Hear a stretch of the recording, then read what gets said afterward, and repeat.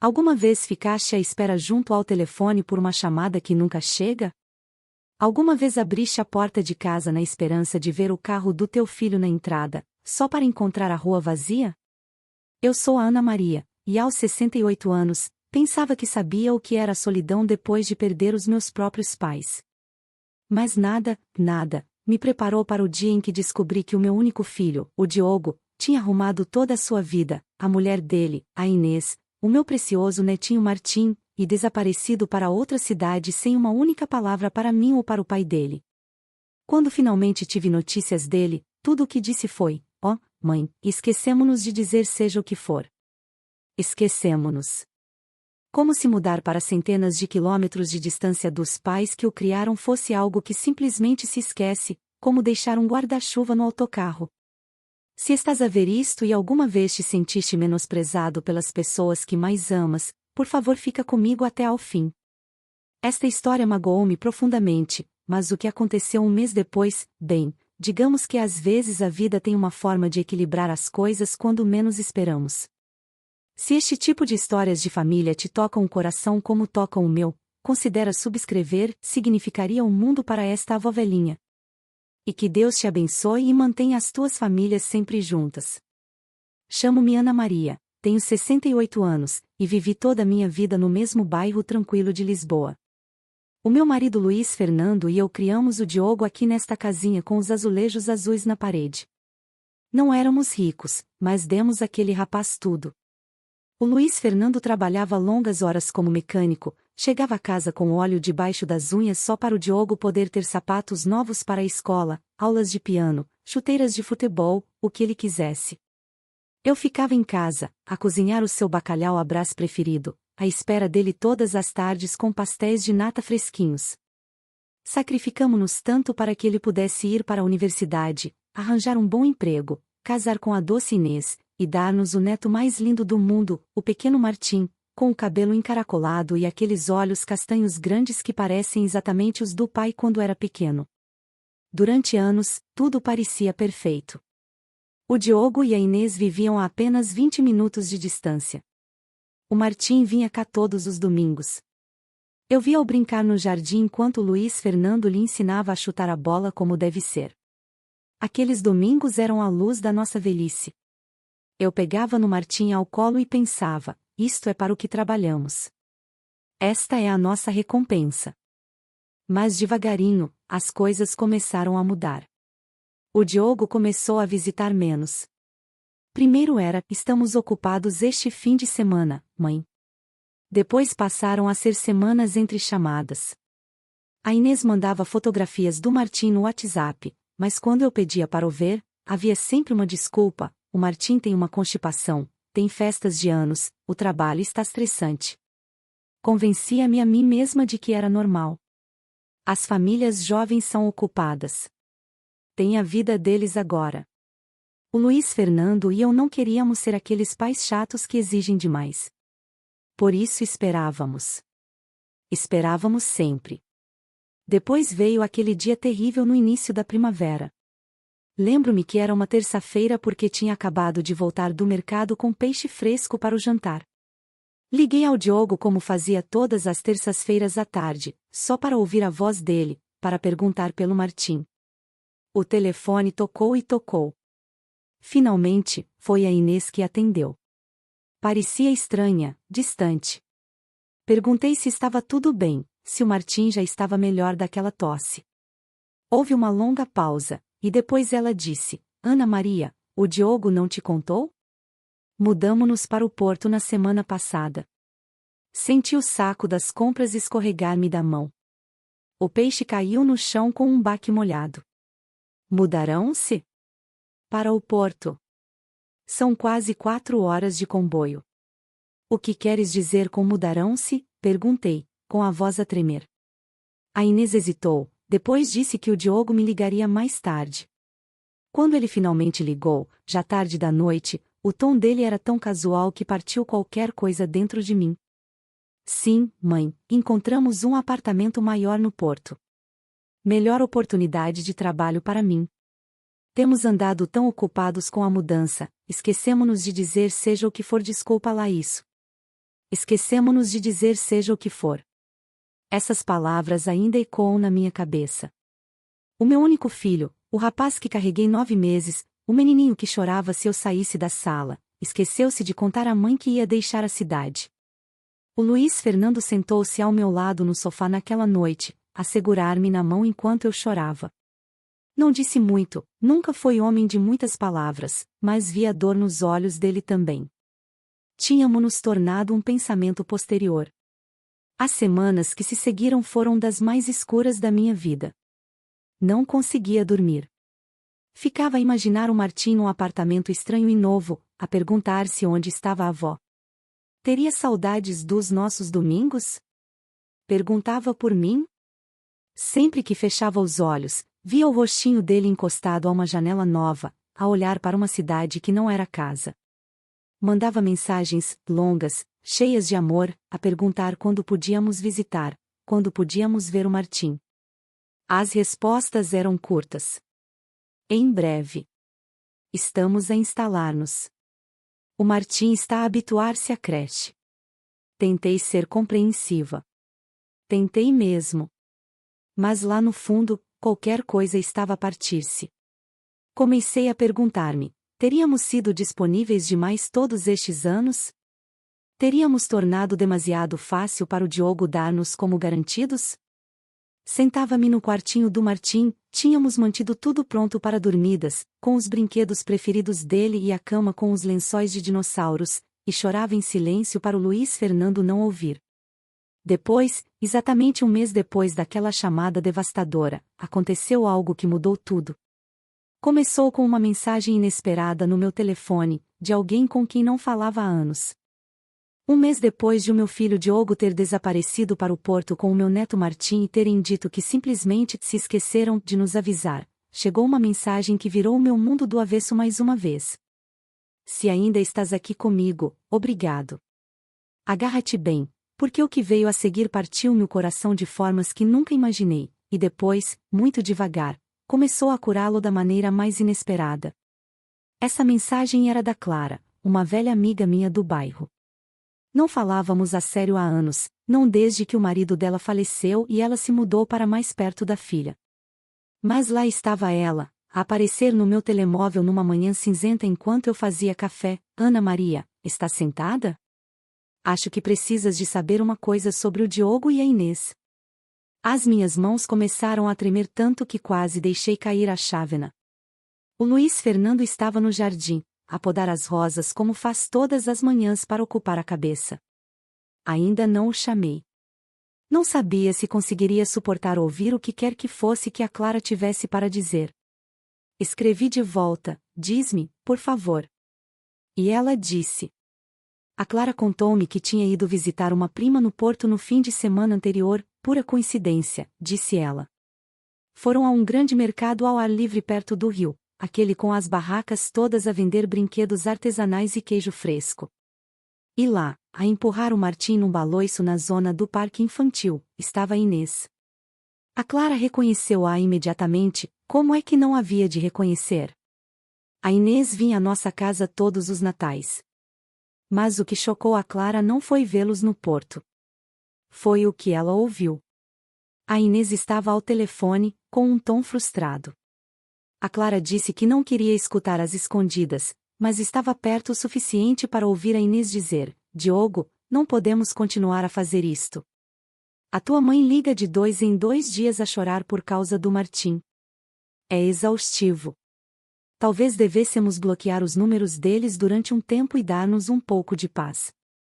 Paz. Como se o meu amor pelo meu neto fosse um peso de que eles precisavam de paz. A Clara esperou até a Inês se afastar, depois aproximou-se do Martim no baloiço. Pelo visto, o meu menino doce olhou para ela com aqueles olhos grandes e perguntou: conhece a minha avó Ana Maria? Ela faz os melhores bolinhos. O coração da Clara partiu-se ali mesmo. Ela contou-me que o Martim não parava de falar de mim, que tinha saudades do nosso jardim, que queria voltar para brincar com o comboio de madeira antigo que o Luiz Fernando lhe construiu. Até perguntou se a avó estava zangada com ele por não ter vindo visitar. Li a mensagem da Clara vezes sem conta até as palavras se embaciarem com lágrimas. O meu Martinzinho pensava que eu estava zangada com ele. Todo este tempo eu tinha tentado não os pressionar, tentado ser a mãe compreensiva, e o meu neto estava a sofrer por causa disso. Mostrei a mensagem ao Luiz Fernando quando ele entrou. Ele leu em silêncio, com a mandíbula tensa, depois fechou o telemóvel e disse: "Chega, Ana Maria. Isto já foi longe demais." Pela primeira vez em semanas, senti algo mais forte do que a tristeza, raiva. Não do tipo explosivo, mas daquela quieta, ardente, que se instala no peito de uma mulher idosa quando percebe que foi tratada como um incômodo. O Diogo e a Inês não estavam apenas ocupados. Não estavam apenas a instalar-se.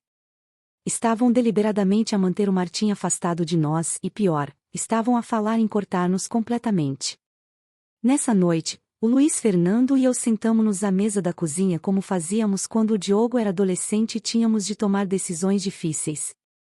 Falamos até de madrugada. Devíamos ir de carro ao porto sem avisar? Devíamos ligar e confrontá-los? No final, decidimos fazer algo que nenhum de nós alguma vez tinha feito, decidimos parar de correr atrás. Deixei de mandar mensagens diárias. Deixei de perguntar quando podíamos visitar. Se eles queriam espaço, dar-lhes-íamos espaço. Mas mais do que isso, começamos a pensar nas nossas próprias vidas outra vez. O Luiz Fernando juntou-se a um grupo de caminhadas para seniores, disse que estava na hora de fazer amigos da idade dele em vez de esperar por visitas de fim de semana que nunca chegavam. Eu inscrevi-me numa aula de pintura no centro comunitário. Durante anos tinha posto tudo em espera pela família, e agora, agora parecia que a família nos tinha posto em espera. Os dias transformaram-se numa semana. Depois 2. O silêncio do porto era ensurdecedor. Nenhuma fotografia do Martim. Nenhuma chamada rápida. Nada. Não vou mentir, doía terrivelmente no início. Cada vez que o telefone tocava, o meu coração dava um salto, na esperança de que fosse o Diogo. Mas devagar, algo mudou dentro de mim. Comecei a gostar das manhãs tranquilas com o Luiz Fernando. Fomos de comboio a Sintra um dia, só nós os dois, como quando éramos jovens e namorávamos. Rimo-nos mais do que em anos. Depois, 3 semanas após a mensagem da Clara, quase 7 semanas desde que eles se mudaram, o meu telefone tocou tarde numa noite. Era o Diogo. A voz dele soava diferente. Cansada. Tensa. "Mãe, estás aí? Mãe, precisamos de falar. Aconteceu uma coisa com o Martim."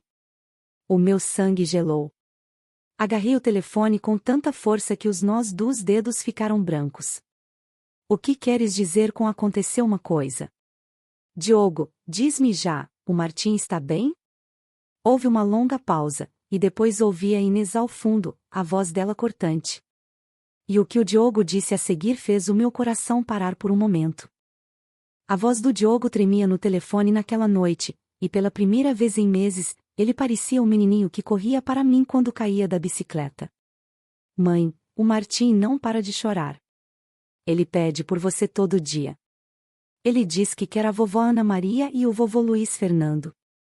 Ele não quer a creche nova, não quer o parque novo, ele só quer voltar para a casa de vocês."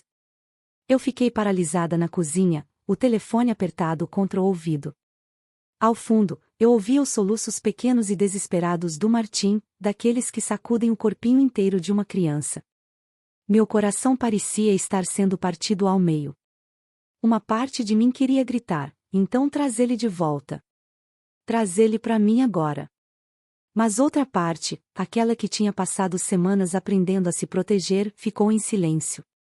O Luiz Fernando entrou na cozinha naquele momento, viu minha cara e pegou o telefone da minha mão com delicadeza.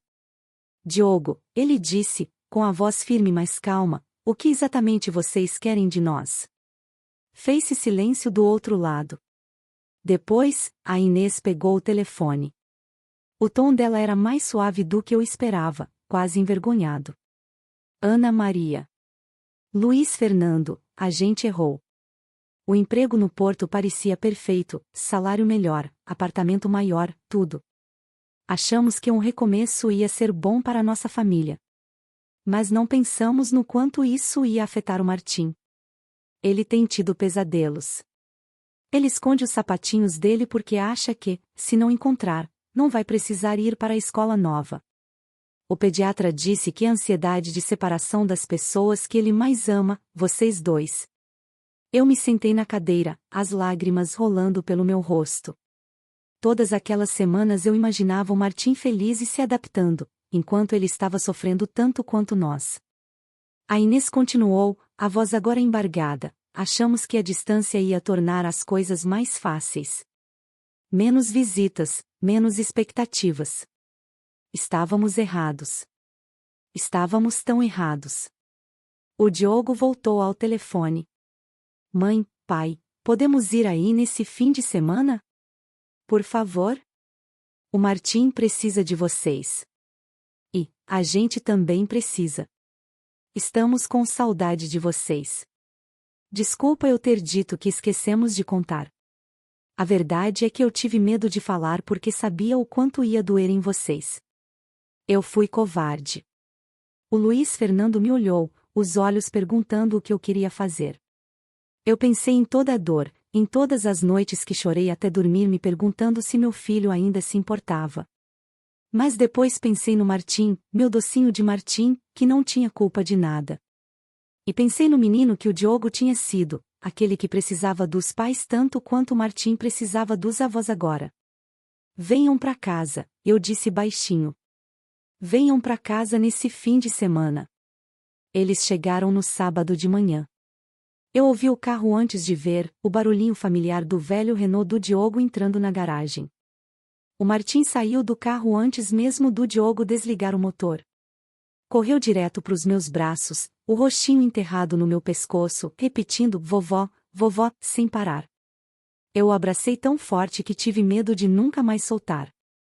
O Luiz Fernando o pegou no colo em seguida, rodando ele bem alto como antigamente, e a risada do Martim encheu o jardim como uma música que a gente não ouvia há tempos.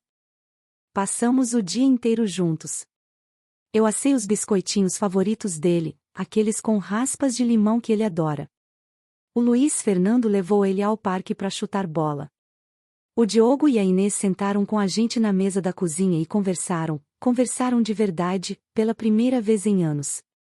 Contaram como a mudança tinha sido difícil, como a Inês se sentia sozinha sem a mãe dela por perto, como o novo emprego do Diogo exigia tanto que ele mal via o Martim durante a semana. Admitiram que se afastaram porque se sentiam culpados por não visitar mais antes da mudança, e que a culpa fazia eles se afastarem ainda mais. Era um ciclo que prendia todos nós. Mas algo lindo nasceu daquela honestidade tão dolorosa. Fizemos um plano, não só para um fim de semana, mas pro futuro. A empresa do Diogo permite trabalho remoto agora, então decidiram procurar uma casa no meio do caminho entre Lisboa e o Porto, um lugar que a gente possa se encontrar com facilidade. Prometeram visitas regulares, sem mais desculpas. E, o mais importante, pediram pra gente fazer parte da vida do Martim de novo, de verdade e sem reservas. Quando o sol estava se pondo aquela noite, todos nós estávamos sentados no jardim vendo o Martim correr atrás de vagalumes com o pai. A Inês esticou a mão e pegou a minha. Obrigada por não desistir da gente, Ana Maria. Mesmo quando a gente não merecia. Eu apertei a mão dela com carinho. Família não é algo que a gente desiste, minha querida. Às vezes precisa dar um passo atrás para proteger o coração, mas nunca fecha a porta para sempre. Olhando agora para trás, vejo que aquelas semanas escuras de silêncio foram um presente disfarçado. Elas obrigaram o Diogo e a Inês a sentirem o que é ter saudade da gente, a entenderem de verdade o quanto nós significamos pro Martim, e para eles. E nos lembraram, ao Luiz Fernando e a mim, que ainda temos uma vida que vale a pena viver, mesmo envelhecendo. Estamos mais fortes agora, todos nós. Mais unidos. Mais gratos. O Martim dormiu no sofá aquela noite, aninhado entre o Luiz Fernando e eu, a mãozinha apertando o trenzinho de madeira que o avô fez para ele anos atrás. O Diogo e a Inês nos olhavam com lágrimas nos olhos, e eu soube naquele momento que tudo ia ficar bem. A vida tem um jeito de nos ensinar as lições quando mais precisamos. Às vezes, as pessoas que mais nos machucam são as que mais nos amam, só se perdem um pouco no caminho. E às vezes, dar um passo atrás não é desistir. É dar espaço para eles encontrarem o caminho de volta para casa. Obrigada por terem ficado comigo até o final dessa história. Se ela tocou o seu coração, se lembrou você da sua própria família, das alegrias ou das lutas, por favor, curta, comente e pense em se inscrever. Tem muitas histórias assim, e eu adoraria compartilhar com vocês. Que as famílias de vocês sempre encontrem o caminho de volta umas para as outras, não importa o quão longe andem. Deus abençoe todos vocês.